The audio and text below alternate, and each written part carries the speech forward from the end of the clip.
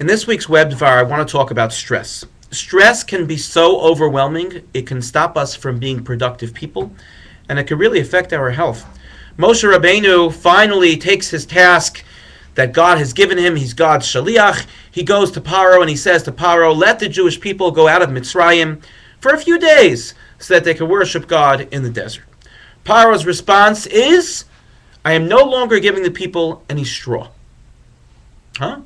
I'm no longer giving them any straw, and they have to produce for me the same amount of bricks every single day.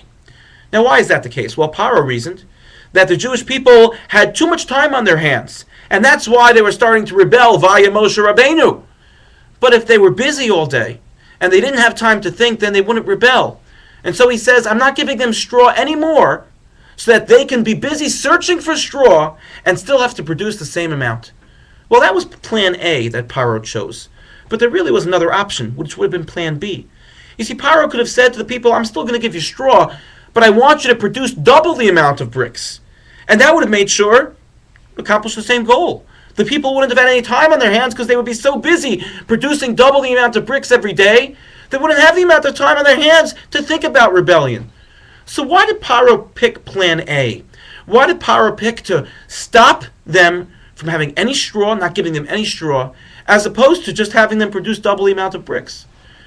So Rav Yitzchak Mivarka answers that the mental and emotional anguish, the stress that the Bnei Yisrael would have by looking for straw would be harmful to them, more harmful than with the physical hard labor. And why is that the case?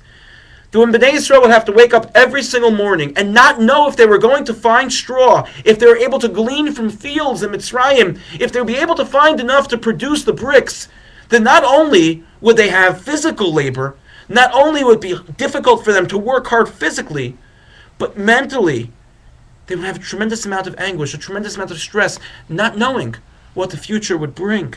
And so, what Paro tries to do is he tries to get into their minds. He tries to introduce stress. He tries to introduce all kinds of anguish on the mental and emotional level so that the Bnei Yisrael now would suffer so much that they couldn't even think about rebellion. They couldn't even think about what Moshe was trying to stir them to be involved with. And the lesson that we learn from here is that stress can be more harmful at times than physical ailments. That we have to be conscious of our stress that we have in life, of the challenges that we have on a mental and an emotional level, and that we have to learn how to manage stress so that we can continue to be productive people, that we can continue to be healthy people, and that we can have a sense of inner peace and tranquility so that we can succeed in all of our endeavors on a regular basis. Thank you for listening, and have a good Shabbos.